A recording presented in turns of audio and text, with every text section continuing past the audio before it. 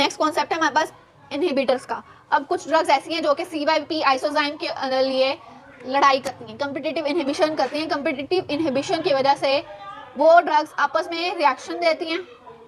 Competitive inhibition के जरिए ये जो ड्रग्स हैं आपस में कम्पीट करती हैं और ड्रग इंटरेक्शन की तरफ लीड करती हैं। लाइक न्यूमरस ड्रग्स जो हैं वो एक या एक से ज़्यादा CYP डिपेंडेंट बायो ट्रांसफॉर्मेशन के अंदर एंजाइम को इनहिबिट करती हैं, जो कि वारफेरिन के पाथवे के अंदर इन्वॉल्व होते हैं। वारफेरिन हमारे पास एंटी कोएगुलेंट है।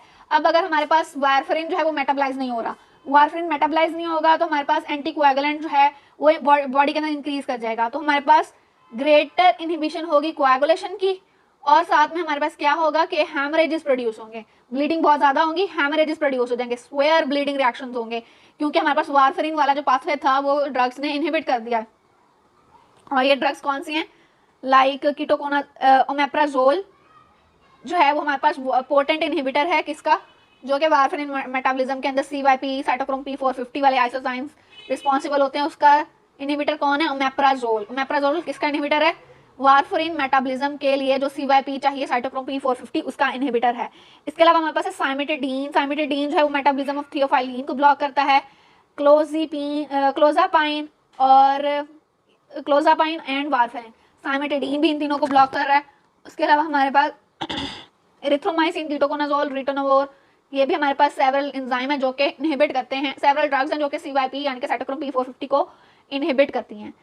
अब ये ड्रग्स जो कि हमारे पास इनहिबिशन कॉज कर रही हैं, तो इससे हमारे पास क्या होगा? ब्लड लेवल जो है वो ड्रग्स का इंक्रीज कर जाएगा, या तो ड्रग्स की थेराप्यूटिक वैल्यू इंक्रीज कर जाएगी या फिर उसका टॉक्सिक इफेक्ट बढ़ जाएगा।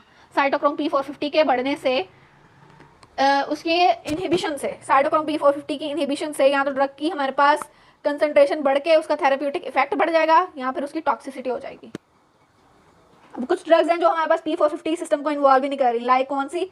अमाइंस जो हैं वो ऑक्सीडेशन के लिए, like catecholamines, epinephrine, norepinephrine, histamine, alcohol dehydrogenation, ये वो चीज़ें हैं जो हमारे पास P450 सिस्टम को इन्वॉल्व नहीं करी। एस्टरेजेस और hydrolysis, for example procaine. Phase 2 reaction के अंदर हमारे पास क्या होता है कि हम ड्रग्स को जो है कॉन्जुगेट करते हैं, लाइक ग्लूक्यूरोनिक एसिड के साथ कॉन्जुगेट करेंगे। मॉर्फिन को कर दिया 6 मॉर्फिन 6 ग्लूक्यूरोनाइड, ग्लूक्यूरोनाइडेशन रिएक्शन कहेंगे। इसके अलावा हम different substances like OH group के साथ, अमाइनो के साथ, कार्बोक्सिलिक एसिड के साथ, इस तरह से हम डिफरेंट सब्सटेंसेस को कॉन्जुगेट करेंगे और कॉन्जुगेट करके उनको मजीद पोलर बनाएंगे और एक्सक्रीटेबल बना देंगे बाय द किडनी।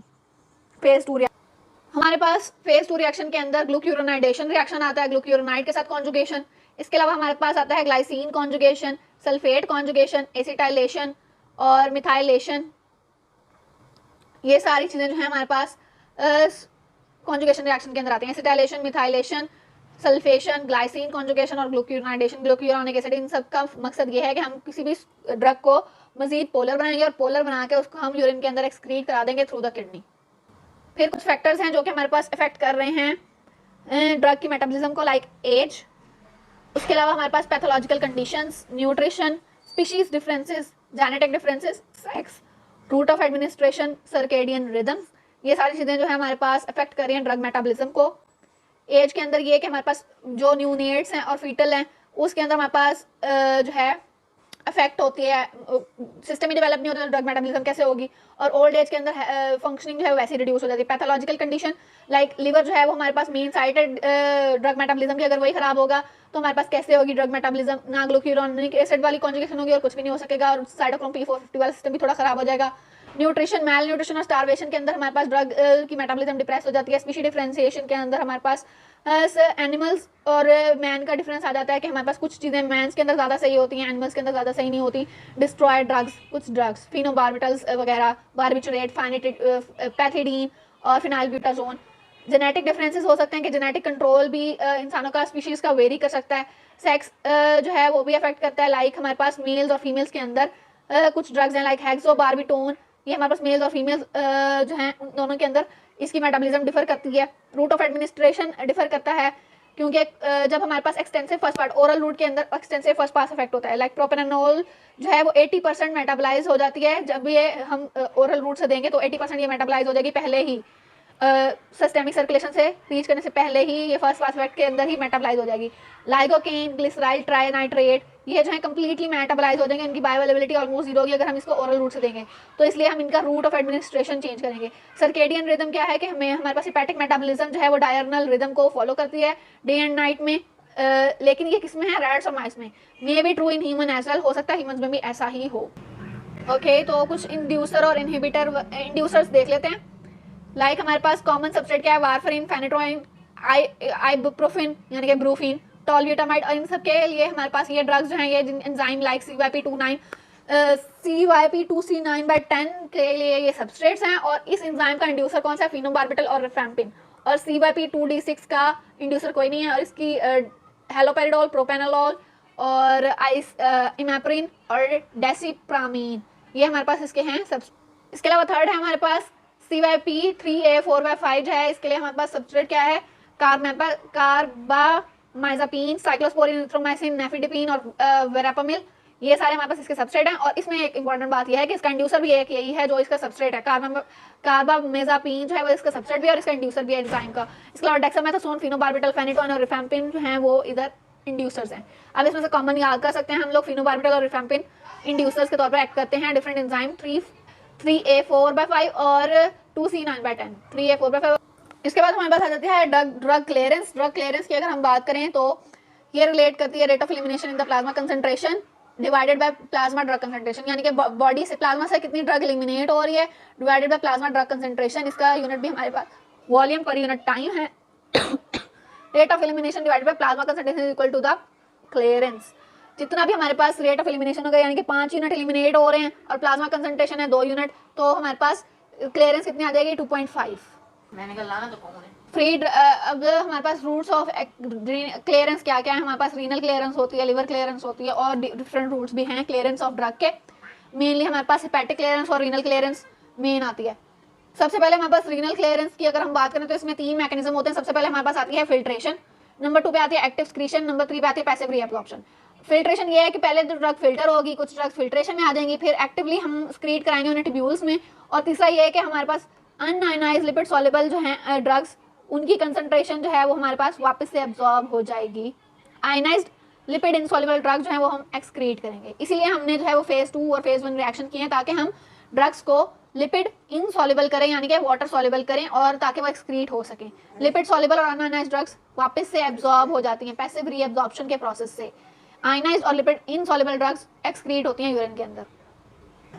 सबसे पहला प्रोसेस आया हमारे पास glomerular filtration. Glomerular filtration drug जो है वो एंटर होती है थ्रू द किडनी और रीनल आर्टरीज से, और वहाँ पे ग्लोमेरुलर प्लेक्सिस बनता है। ग्लोमेरुलर प्लेक्सिस फ्री ड्रग जो है वो, जो कि एल्ब्यूमिन से बाइंड नहीं है, वो कैपिलरी स्लिट से पास करेगी और फिल्ट्रेट में आ जाएगी। इसके बाद प्रॉक्सिमल ट्यूबुलर सिक्रीशन, यहाँ पे हमारे पास ड्रग को एक्टिवली स्क्रीट किया जाएगा जो कि ग्लोमेरुलाई को लीव नहीं कर सकेंगे, वो इफरेंट आर्ट्रियोल के अंदर आएंगी, और वहाँ पे हमारे पास जो कैपिलरी प्लेक्सिस बनेगा, पेरीट्यूबुलर कैपिलरीज जो बनती हैं लूप्स के ऊपर, डिस्टल कॉन्वोल्यूटेड ट्यूब्यूल और प्रॉक्सिमल कॉन्वोल्यूटेड ट्यूब्यूल्स के ऊपर जो लूप्स बनती हैं कैपिलरी की, वहाँ पे एनर्जी की यूटिलाइजेशन से ड्रग्स को एक्सक्रीट कर दिया जाएगा into the tubes, proximal convoluted tubule. फिर हमारे पास थर्ड है, थर्ड रिएक्शन के अंदर हमारे पास डिस्टल ट्यूबुलर रीअब्जॉर्प्शन। जैसे हमारे पास ड्रग जो है वो डीसीटी की तरफ मूव करेंगी तो उनकी कंसंट्रेशन इंक्रीज करेगी और वो इतनी एक्सीड कर जाएगी कि वो हमारे पास अगर ड्रग अनचार्ज है तो वापस से हमारे पास सिस्टेमिक सर्कुलेशन के अंदर मूव कर जाएंगी। इसके अंदर हमारे पास एक बहुत इंपॉर्टेंट बात है, अगर हमारे पास वीक एसिडिक ड्रग है तो हम यूरिन को अल्कलाइनाइजेशन करेंगे यानी कि यूरिन बेसिक रखेंगे, और अगर हमारे पास वीक बेसिक ड्रग है तो हम यूरिन को एसिडिफाई करेंगे। इस प्रोसेस को हम आयन ट्रैपिंग कहते हैं। इसके थ्रू हम जो है वो रीनल क्लियरेंस करते हैं और ड्रग्स की एक्सक्रीशन कॉज कराते हैं। और रूट्स क्या है हमारे पास, इंटेस्टाइन है, बाइल है, लंग्स हैं, milk in the nursing mother, और स्वेट, स्लाइवा, टेयर्स, हेयर और स्किन, ये सारे स्मॉल एक्सटेंट तक हैं और बाकी सारी चीज़ें दूसरे रूट्स के अंदर आती हैं। टोटल बॉडी क्लियरेंस क्या है हमारे पास, hepatic clearance plus renal clearance plus pulmonary clearance plus other clearance, इन सबको जब सम करेंगे तो हमारे पास टोटल क्लियरेंस आएगी बॉडी की। और हमारे पास जो हेपेटिक और रीनल क्लियरेंस हैं यही मेन हमारे पास जो है हमारा टारगेट होती हैं। इसके बाद हमारे पास है optimisation of dose. Optimisation of dose हमने क्यों करनी है, क्योंकि हमने अचीव करना है और मेंटेन करना है कंसंट्रेशन को। थेराप्यूटिक रिस्पॉन्स के लिए हमने एक स्टडी कंसंट्रेशन को मेंटेन करना है बॉडी के अंदर ड्रग की, और इसको हम थ्रू मेंटेनेंस डोज और लोडिंग डोज जो है वो मेंटेन करते हैं। अब ये मेंटेनेंस डोज और लोडिंग डोज क्या चीज़ है, सबसे पहले हमारे पास है डोजेज रिजीम्स। डोजेज रिजीम क्या है? हमारे पास plan for the drug administration over a period of time. कोई भी ड्रग जब हमने किसी खास अरसे के लिए देनी है तो हमने एक प्लान बनाना है, उसको हम डोजेज रिजीम कहेंगे। उस डोजेज रिजीम को हमने मेंटेन करना है, शेड्यूल करना है, कितनी डोज ब्लड के अंदर किस टाइम में कब आएगी, इसको हम मेंटेन करेंगे। और लोडिंग डोज को हम एक साथ ही लोड कर देंगे, वो आहिस्ता आहिस्ता रिलीज होती रहेगी। अब हमारे पास दो तरह की डोजेज हैं, यहाँ तो मेंटेनेंस डोजेज होती है, यहाँ फिर लोडिंग डोजेज होती है। मेंटेनेंस डोजेज के अंदर हमारे पास ये है कि हम लोग रेगुलर इंटरवल पे ड्रग जो है एडमिनिस्टर करें और वो रेगुलर इंटरवल पे बॉडी से एलिमिनेट भी होती रहे, इसको हम कहते हैं मेंटेनेंस डोज। अब क्या चीज़ है ये? Maintenance of drug administration is equal to the drug elimination. जितनी हम ड्रग एडमिनिस्टर कर रहे हैं किसी भी पेशेंट को, उतनी ही ड्रग उसकी बॉडी से एलिमिनेट भी करे उस टाइम पे, तो ये इसको हम कहते हैं मेंटेनेंस डोज। इससे बॉडी के अंदर हमारे पास कांस्टेंट डोज है वो मेंटेन रहेगी, इक्वल डोज मेंटेन रहेगी। इसका फॉर्मूला क्या है? Clearance multiply by desired plasma concentration कितनी चाहिए हमें और उसकी बायो अवेलेबिलिटी कितनी है। उसके बाद हमारे पास लोडिंग डोज। लोडिंग डोज क्या है कि हमने एक ही लार्ज वॉल्यूम डोज देनी है और डिजायर कंसंट्रेशन अपनी ड्रग की अचीव कर लेनी है। Volume of distribution multiply by desired plasma concentration divided by bio availability, इस तरह से हमारे पास आ जाएगी लोडिंग डोज। हमारे पास सिंगल डोज दे के हम काम करा सकते हैं और मल्टीपल डोज दे के भी काम करा सकते हैं। सिंगल डोज दे के जो काम कराएंगे वो लोडिंग डोज से होगा और मल्टीपल डोजेस रेगुलर इंटरवल पे हम मल्टीपल डोजेस देंगे ताकि उसकी प्लाज्मा कंसंट्रेशन मेंटेन रहे, तो उसको हम मेंटेनेंस डोज कहेंगे।